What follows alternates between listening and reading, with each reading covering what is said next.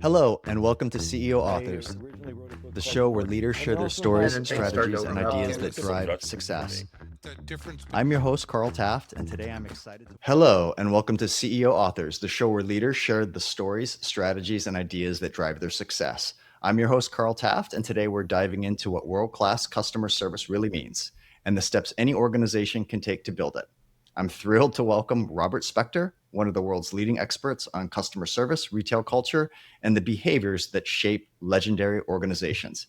He's the best-selling author of The Nordstrom Way, The Mom and Pop Store, and The Amazon Way, and his newest work, The Century-Old Startup, explores how legacy companies can think and innovate with the agility of a modern startup. Robert, welcome to the show. Hi there, Carl. How you doing?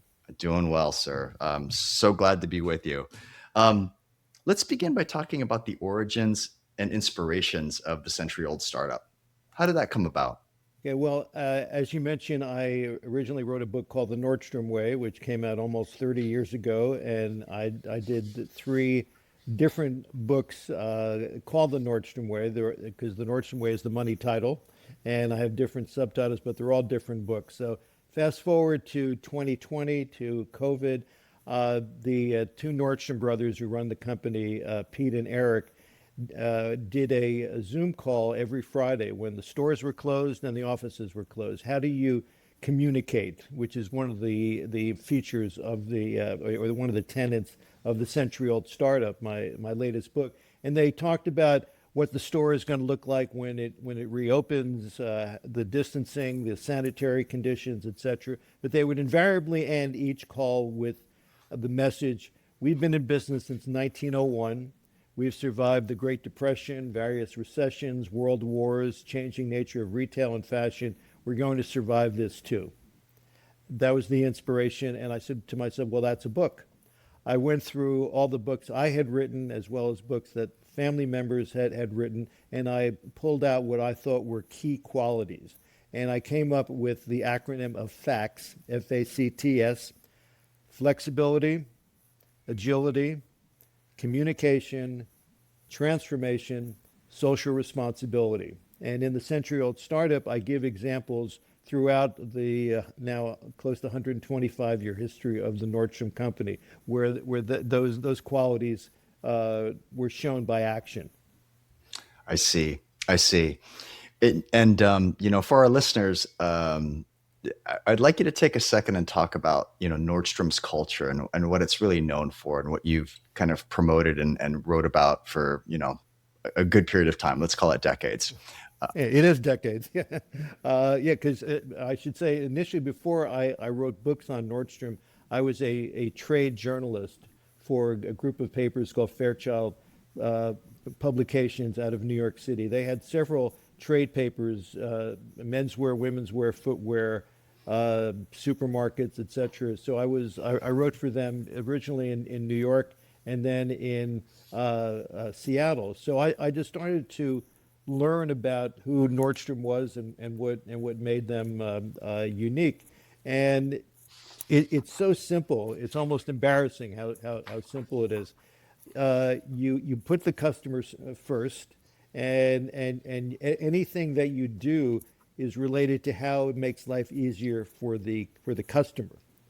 And again, it sounds so ridiculously easy, but the fact that it's easy does not make it easy to do. And the Nordstroms have often said when people would come in and ask, how exactly do you do this? And the Nordstroms were, especially the previous generation, were very open. This is what we do. This is how it all looks, etc. And somebody said, well, why are you telling me all this stuff? And he said, because even though I'm telling you, you're not going to be able to do it. Yeah. Easy to understand, hard to execute. Right. I always say that, if you think of customer service as kind of a song, everybody knows the words, but they can't carry the tune. I love that. And I want to challenge you because, in my role, I'm talking to business owners on a daily, week, just on a regular basis. Mm-hmm. And this idea of customer service and the challenge of implementing that in a firm is something you see a lot of just consternation and people just don't want to look into it, right? There's always an excuse, right? I can't find good people. What's it really worth to my business, right? And they don't. I see a lot where they don't really put emphasis on that. So maybe you could describe in your words and your experience what the value is to something, some company like Nordstrom's. Well, now, how does Nordstrom have this reputation for customer service? They don't advertise it. They don't put in an ad. Hey, we give great customer service. They don't send out press releases patting themselves Mhm. on the back, Mhm. and that's part of it because you're only as good as the last customer you took care of. Yeah. And people will have a higher expectation at Nordstrom because of that service. And as one executive said to me, it's not that we're so good, it's that everybody else is so bad and we look better by comparison. And the fact that it's always the question is how does this anything that we do, whether it's technology or anything that has to do with the organization, how does this impact the customer in a positive way? So it's kind of a reverse engineering. You start out with the impact on the customer, and then you work your way back to whatever technology you're adding or anything. How does this impact the customer? So it's so simple. It's keeping the Yeah. customer first, because the Yeah. customer is the one who pays the bills. If I could tell a brief anecdote. Now, I grew up in a family business, a typical immigrant family business. My grandfather, my uncle, my family is originally from Ukraine. I'm first generation American. So my grandfather and my uncle and my father started this. My sisters worked there, my cousins worked there, I worked there, and you learn the value of a customer. So I was back in my hometown is Perth Amboy, New Jersey, across the Raritan Bay from Staten Island, so 30 miles outside of Manhattan, and I'm back there toward the end of my second semester of my senior year in college, and I got my white apron on, and I'm slicing salami and doing all that stuff. And a longtime customer comes in and says, Robert, I hear you're about to graduate college. And I said, yes, I am. He said, you should thank me. I'm a 21-year-old punk. I'm thinking, now my father paid the tuition. I studied more or less. How do you fit into this equation? And he saw that look in my face. He said, I've been a customer of your father for 25 years. I've paid for your college education. I said, thank you. Yes. Thank you, sir. Yes, absolutely. Yeah. I mean, my father had a tiny business. Maybe we had, Yeah. 100, regular customers. But so everyone is precious. 100%. You know, I yeah. remember I remember working to Christmas Eve in my family business about 11:30 at night, and then I had to drive 2 hours home because the job was that far away. And my dad gave me a very similar speech. You know the differences between me and some of your friends' parents? If we don't finish that job, we don't get paid, right? If we don't keep the customers happy, there's no paycheck, right? Bingo. We just don't get to work 40 hours a week, and that mindset, right? And growing up in that environment really shapes you, right? Right. And I'll just mention for our listeners, and you can challenge me on this, agree or disagree, right? I feel competing on service is a way better way than competing on price, Hmm. right? Because if you're competing on service, you can maybe adjust your prices, get better margins, right? Which goes to your bottom line. If you are propagating and promoting a service culture, typically I would say you'd have a more employee retention. And then the third part in my world where I'm selling businesses or helping owners sell their businesses, when the customers are in love with your service and your company's service and not you, that's much more marketable, much more attractive in the buyer pool. Right. What are your thoughts to Well, any well, and all of that? absolutely. Because if you're competing only on price, then there's no customer loyalty. Because they'll eventually find a better price if they look hard enough. It may not have any of the other qualities that you're looking for, but if price is your only criterion, then you have no relationship with the customer. Nordstrom is not the cheapest store around. And the leadership of Nordstrom will tell you we don't sell anything that you must have. And if you're looking for a shirt or a sport coat or a dress, you can find it a lot of different places at a better price. Right. But are you going to get the kind of service? And then if there's an issue, is that entity going to take care of it? And Nordstrom, of course, is famous for its return policy, which is virtually unconditional. There are things like beauty products that if they're used, you can't. But the return policy is crucial, because if you go into a store and you're dealing with a salesperson who only wants to sell you the most expensive suit that he has, whether you look good in it or not, and because he's only thinking about today. So you go home, you have the suit on, and your spouse says, "No, no, no, that's all wrong." Knowing that Nordstrom has this return policy, you can return it, and then that salesperson that salesperson will know that about the return policy, and they're not going to sell you something that you're not going to love, because they want you to love what you bought. Yeah. Yeah. Well, I want to kind of get into your latest book here, but the principles in the Nordstrom way, talking about like empowerment of your employees, right? And then looking for attitude over skill set. Maybe you can talk to that for, the leader listeners in our audience. Yeah. If there's a bigger cliche than customer service, it's empowerment. What does empowerment look like? It's a nebulous thing. If I said, Carl, I'm empowering you to do your job, you said, well, but what are my limits when what if I've gone over the line? So the idea, Nordstrom has what they call their employee handbook. It's one page, about the size of a postcard. If your listeners are young enough to remember what a postcard is, and it says, I'm paraphrasing it. Essentially says, "Welcome to Nordstrom. We're glad to have you with our company. Our number one goal is to provide great customer service. We have only one rule. You turn it over. It says, use good judgment in all situations." Correct. Use good judgment in all situations. There'll be no additional rules. If you have any questions, ask your department manager, HR, etc. Use good judgment. So then, what does good judgment look like? So I give an example. There are many. I'll give you a quick one. This is related to return policy. I gave a talk to a major financial services company. And after it was all over, a woman came up to me. She was on crutches. She said, "I've got a Nordstrom story for you." She had her leg amputated, her right leg from the knee down. Therefore, she was on crutches. So I've got a Nordstrom story for you. I would go into stores and ask, "Could you sell me one shoe?" Because unfortunately, she needed only one shoe. And people will get a little, embarrassed, uncomfortable. "Sorry, we can't do that." He said, "I went to Nordstrom. Would you sell me one shoe?" They said, "Absolutely." So let's say it was a $500 pair of shoes. And instead of charging her $500, they charged her $250. Now, she told that story to me. I've told this story literally around the world. Was that worth $250 in advertising?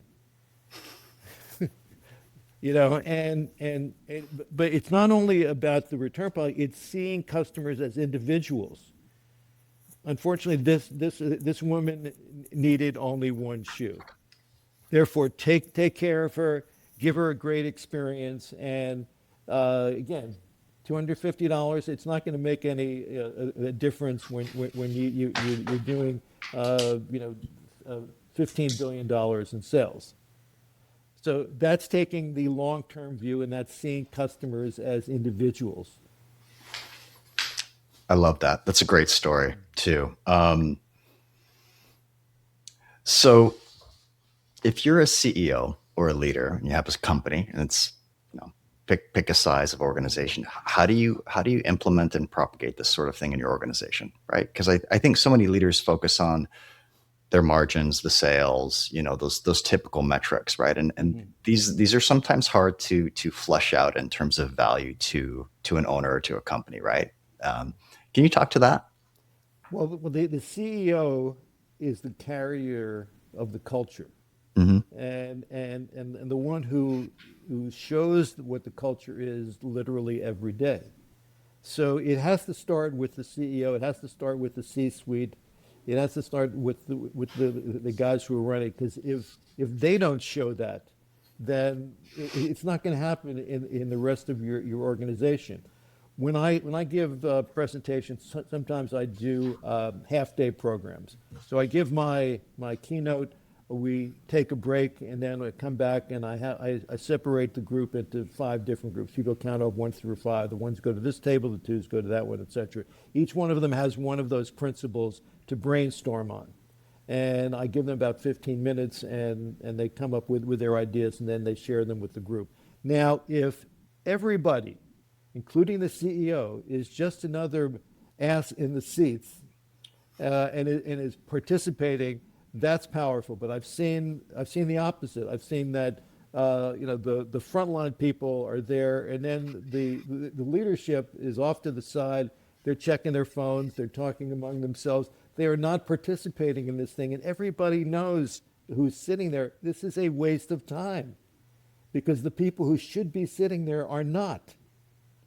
And I gave a talk in Seattle a few years ago to a major hospital and medical center, and it brought in everybody from the supply chain who work at that. Again, it's a very large hospital, and the head of the department. They came in on a Saturday, and they have this nice amphitheater space that we're going to be doing this almost half day thing. And the leader is saying, we have a great program for you today. We've got Robert Specter here, blah blah blah. You're going to learn so much. Unfortunately, I can't stay because I'm remodeling my kitchen. Now that set the tone for the day. The guy who thinks it's so important that have all of us come in on our day off, he's leaving to take care of his kitchen. I mean, Yeah. it would be better if he didn't say anything. So again, in answer to your question, the CEOs, they have to carry the culture, and they Yeah. have to demonstrate not just in words but in actions.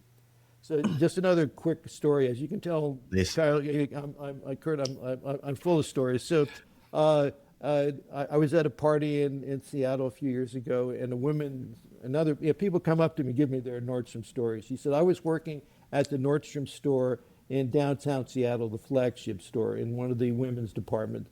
And Bruce Nordstrom, the father of the two guys who run it now, the chairman of the company, was walking through the department, saw somebody had left a can of soda pop on one of the counters by the checkout register. Bruce picked up the can of soda pop, put it in a wastebasket, continued on his way. Didn't say a word. He didn't say, who left this here. He just did a little housekeeping. And as this woman said to me, it's 20 years ago. I've never forgotten it. If the chairman of the company is not above doing a little housekeeping, then neither am I. I love it. Yeah. Yeah. It reminds me of my entrepreneurial journey, right? No job was beneath you. You had to do it and toe the line, and that builds the right culture. And so Yeah, I yeah. really appreciate you sharing that.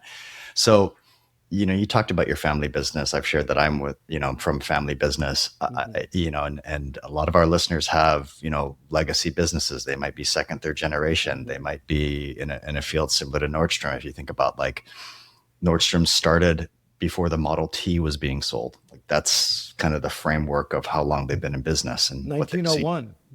Yeah, right. Exactly. So, what might you say to, the small shop that's butcher shop in Jersey, fruit stand in Hawaii, whatever, right? And they're doing what they're doing, and they're trying to figure out, well, how do we hold on to that core culture and vibe and operations is what we do, and how do we take that and go into kind of, the next era, if you will, of commerce and business. Yeah. Well, it's hard if we're talking particularly about retail, that if you have one store that's very successful, you decide to open a second store, then things start to get complicated, Right. and then a second store or a tenth store or whatever. Uh, but so if you are expanding, you have to do it with people who already get your culture, who grew up in the culture, and understand it, understand why we do the things that we do. Um, and again, it has to be constantly reinforced that customer service is your job in addition to the bottom line. That again, it comes back to culture, carrying that flame, and the Nordstrom story is a culture story. And they Okay. they show and they prove that every day. And there's a lot of storytelling, both good stories and bad stories, because that's how you learn. And I recommend people tune in to Pete Nordstrom's podcast called the Nordy Pod, and he's got people like Leonard Lauder from Estee Lauder, Mickey Drexler from J. Crew, Mm. Anna Wintour, the editor of Vogue, but he also has people like Steve Madden, the Mm. shoe guy who wrote the forward to the century-old startup, Saw that. and invariably he asks everybody who's in the business. Pete asks at the end, "What do you think that we can do to be better?" Love it. Yep. And so along those lines, how do companies balance, these legacy companies rather balance tradition with the need for constant reinvention?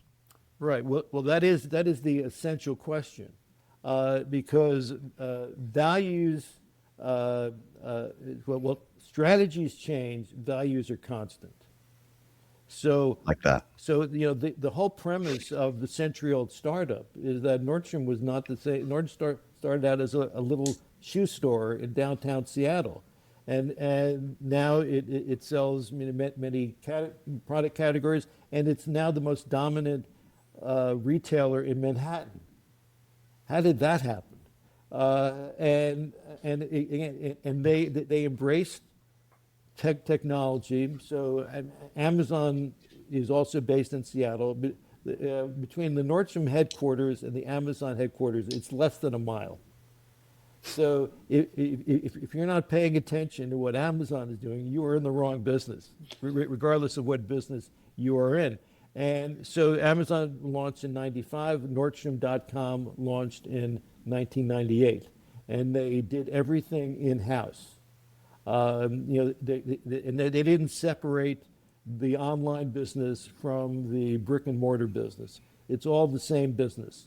Back in those early days of the internet, companies like Barnes and Noble and Walmart had a separate entity. This is our brick and mortar business, and a separate deal was the online business. And if somebody ordered a book from barnesandnoble.com and wanted to return it to a Barnes and Noble store, they couldn't do it because the systems weren't communicating with each other. So part of it is to make the online and the brick and mortar seamless. And it sounds simple, but it is not.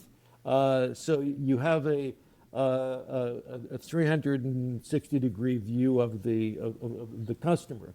And one of the interesting things during COVID, the Nordstrom ad people came up with the idea. This actually preceded COVID, but they stuck with it. Closer to you, because they've got stores and online they have different kind of stores. So, at a time when we're supposed to keep our distance, and we're telling people that we're closer to you, it's kind of an antithetical thinking. But they like the idea, and post-COVID, it still works. So, Nordstrom has its full-line stores. It's got its Nordstrom Rack stores, which are the discount operation, and they also have some other stores which they introduced a few years ago called Nordstrom Local. And if you look on the cover of the century-old startup, there is a Nordstrom Local store. What is Nordstrom Local? It's 3,000 square feet of service. They hold no merchandise. You can't go in there and buy a suit. There aren't any there. But you can you could pick up orders there. You can return them. You can work with a tailor for alterations. In New York, one of the locals in New York, they were cleaning baby carriages for people. They were on the Upper East Side, so they had a higher end clientele. But it's all about service. So that's another concept. Love it. Based strictly on service. Yeah, almost like a hub and spoke, right? I mean, you see it in other models, right, where there's central operational functions, but then the customer interfaces or the neighborhood stores are everywhere, but it's serviced by a bigger kind of central operating system, if you will, behind those nodes. So what would you say? How do legacy companies balance tradition with the need for constant innovation or reinvention? Sure. Well, itemize what your values are. If you hopefully you already have some idea of what those values are, but codify them. Say, these are to everyone who comes to work for the organization. This is who we are. These values are not negotiable. Strategies, new innovations. That's all. That's important to stay relevant, to exist. So values change. Values remain the same. Strategies change. So constantly, and don't be afraid of failing. This is an idea. Let's try it. And you don't know if it's going to work until you try it. But understand that failure, any of us who've been certainly self-employed, I mean, I have failed a million times. Right. But you dust yourself off and you get up and you do it again, or you find another angle to achieve and figure out what didn't work that time and what's going to work hopefully the next time. Yeah, and this kind of dovetails into my next kind of point, or question. There's this idea of maybe herd mentality, right? And I think if you're talking to your team and you put value on that and you understand and you're listening and observing and maybe pivoting as an organization or as a leader in your organization, there's lots of nuggets, if you will, to potentially implement at a lower cost, right? We all want to do it as a minimum viable product and not get over the tips of our skis, spend too much and be like, oh my gosh, I blew these, thousands of dollars or hundreds of $1,000s or worse on a project that didn't actually deliver like we had expected. But I mean, early in my experience, that idea of talking to a team, understanding what they're seeing, and leveraging those ideas, because frankly, many of those ideas were better than the ideas I had, made a lot of sense in our organization. So I guess where I'm going with this is, tell me about the role of humility as a characteristic that's important in leadership, in your opinion. Well, the Nordstroms really are humble for people who are obviously very successful, but they don't take themselves. I mean, well, they take themselves seriously, but they don't think that they have all the answers. I've always told they're very competitive, but they all are nice at the same time, and they don't walk into a room thinking they're the smartest people in the room. Now, they may be the most competitive people in the room, and they're going to be charming at it, but they're still going to want to do, they want to win. They want to do what's best for the, for the company if they're dealing with a vendor or whatever, but also, to be fair. When Bruce Nordstrom passed away a year ago, and in my talks I talked about Nordstrom people are nice. So Bruce passed away, and I had been interviewed like 5 years earlier by the New York Times for the obituary, because they package these things in advance.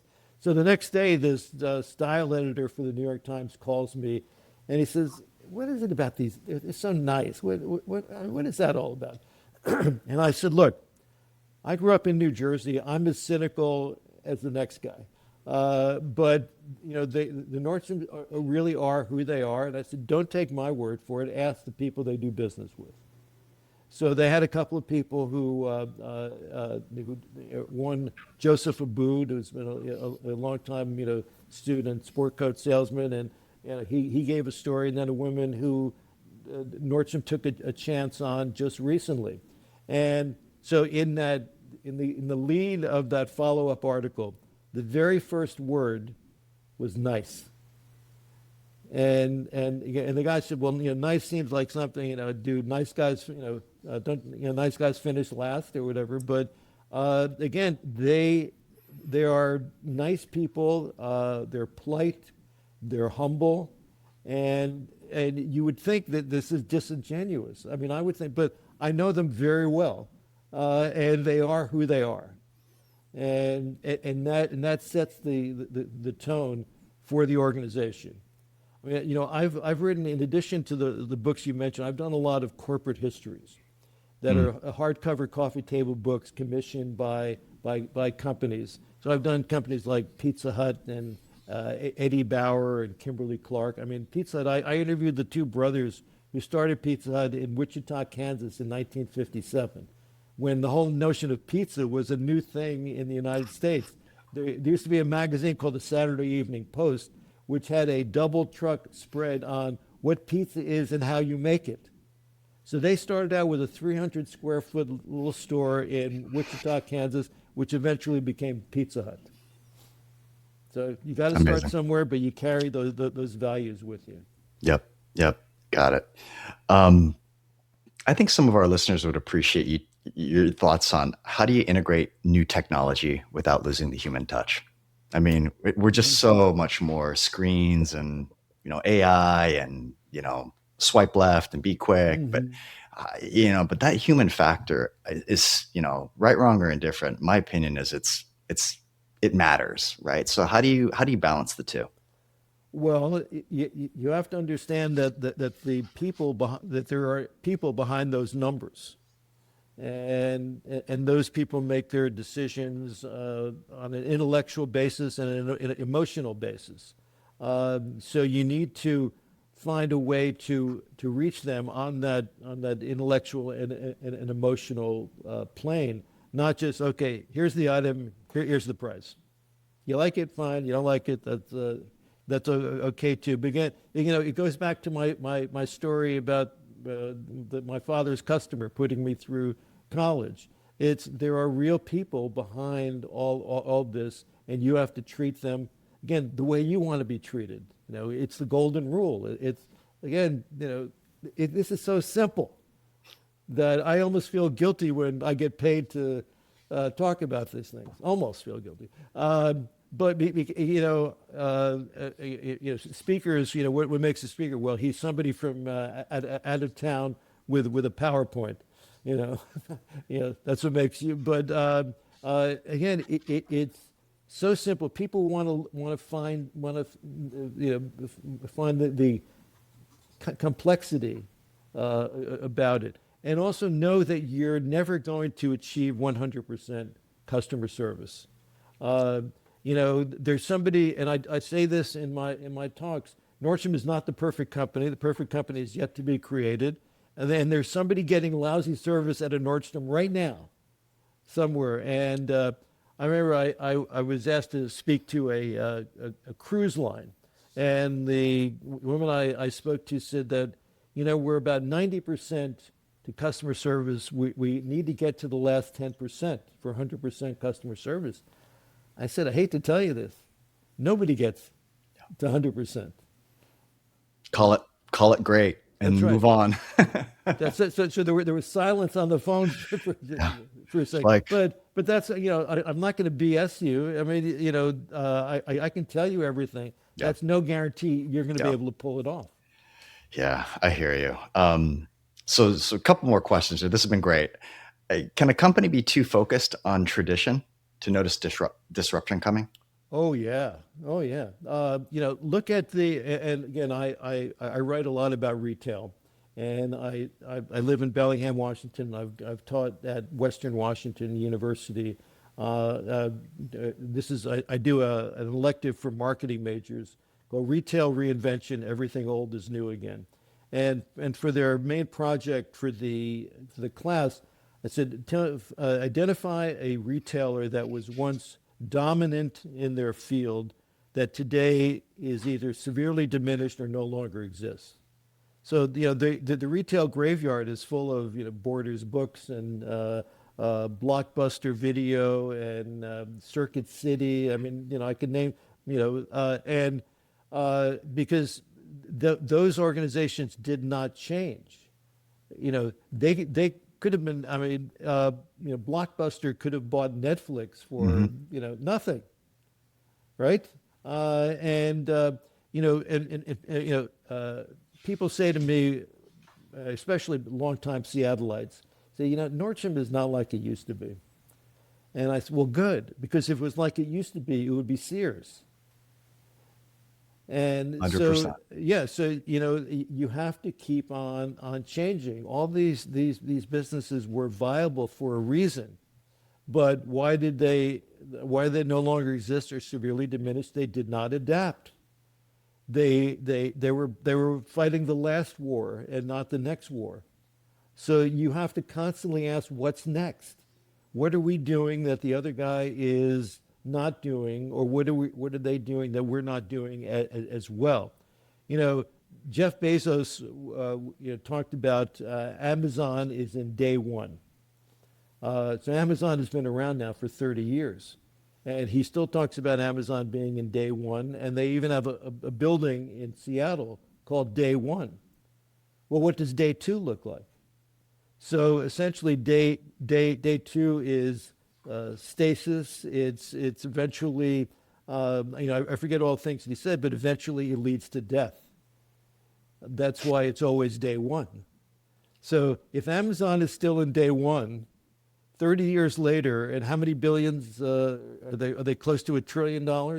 Then we should all be in day one. And that's always asking what's next, because there's going to be somebody who's plotting to eat your lunch. Yeah, absolutely. It's dog eat dog, if you will. Yeah. So how can companies and leaders maybe adopt the century-old startup, the lessons in the century-old startup and mentality today? What would you suggest? Well, of course, they should buy my book and hire me to speak. I mean, that's the easy answer. That's a given. It's a given. Right. Read it, absorb the lessons, and figure out how they apply to what you do. And as I say at the beginning of my talks, this is not a talk about selling shoes. You can learn how to sell shoes and what I'm going to tell you, but it's about creating a culture that lasts now for 125 years. So they must be doing something right, and they're more relevant today than they've ever been. The fact that they went from this tiny shoe store to being the most important retailer in Manhattan. I'm an ex-New Yorker. I mean, this is startling. And when Bruce Nordstrom was still alive, I asked him, I said, well, how does that feel? He said, it's like running over a bed of hot coals. You got to keep moving. Yeah. And Nordstrom recently became a privately held company again, right? Right. They were taken off the market. Do you any insights as to what the motivation was for that? Oh, yeah. Well, Nordstrom went public in 1971 because the third generation wanted to take over the business from their fathers. They didn't have the money. Yeah. So the only way to do it was to make it a public company. So they had been a public company since 71, and they had tried. They had been thinking about going private for almost a decade. And at one time, about 5 years ago, they gave a proposal to the board to take the company private, and the board voted no. So they just kept on as business as usual. But the fact in retail, which is Wall Street is not a big fan of retail these days, especially department store retail, and also if you have to worry about every quarter, I mean that's just a tough way to do business. You can't think long term by definition. You got to get those numbers up, for the quarter. Yeah. So finally, Nordstrom found a partner in a Mexican retailer called Liverpool, which is they have several concepts, and they've been around since 1847, and very similar and there's still family involvement there, and very similar in terms of values. So Nordstrom did not want to go with a private equity company because equity companies are only interested in the profit. Understandable. Nordstrom was looking for somebody who was in it for the long term, and now this gives them the flexibility to plan long term, to create I mean, they already have a foundation, but to create a foundation for the future, to keep this as a living entity. The Nordstrom brothers who are running the company now, they also have a cousin. They're eventually going to want to retire, so they're grooming non-family members, because there's only one family member in the fifth generation who works for the store. But they as Pete Nordstrom said to me, we have people, even though they didn't grow up in Nordstrom, they have Nordstrom values. Yeah. And so that's how in any organization, if you want, people could be looking. I built a business, I'm going to sell it, and I'll be done. God bless. Yeah. There are others who want to keep it within the family, whether it's run by family members or not, and make it as good as they can. Yeah, no, makes a lot of sense. I thought that's what you might say is basically the flexibility to serve the customer well, and then finding a suitor that is in alignment with your vision and corporate values, right? And that's, I see that in the transactions that I do, right? Just because a buyer has the money to do so and the skill set to do so doesn't mean it's the right cultural fit for your team and customers post transaction, right? So this is along those lines. So appreciate you sharing that. Sure. Robert, thank you so much. I mean, this is great. Yeah, your insight, stories, and decade of research. I really appreciate your time, and I know our audience does as well. For everyone listening, what can you say? Where can they find your books, and do you have a website? Where can they go to find you? And okay, well, thank you for that. My website is robertspecter.com. There'll be more information about me than you'll need to know in a single lifetime. This way of contacting me. There's a video of my speaking, and also one that explains the century-old startup in greater depth. I'm going to be coming out with a second edition, probably the end of the first quarter of next year, which incorporates the story of the partnership with Liverpool, and about how Nordstrom is adjusting to the ever-changing nature of retail and figuring out a way to survive for another 125 years. Well, that's a treat, and I'm sure they'll appreciate that for those that take the time and go to the website. So we have a tradition here at CEO Authors, and it's to ask questions, kind of sight unseen to our next guest. Mm-hmm. Our next guest is a behavioral scientist. Primarily, what changes and incorporates behavior in kind of a retail environment. What question might you have for that individual? Give me a little more information. I'm trying to be coy. Okay. Yeah. So basically, at a high level, I'd like you to ask a question to our mystery guest, which I know who our next guest is, but you don't know. But I can tell you at a high level that he's a behavioral scientist, right? So just buying behaviors in a retail environment, right? How a store is structured, how the lighting is, and all those factors that basically engage a customer. Okay. Well, when you're hiring people, how can you tell whether somebody has the empathy necessary to give good customer service? That's great. Well, appreciate that. Well, Robert, truly appreciate your time and perspective. And to our audience, thanks for joining us on CEO Authors Podcast. Stay tuned for more conversations with thinkers and leaders shaping how we work, lead, and live. Thank you.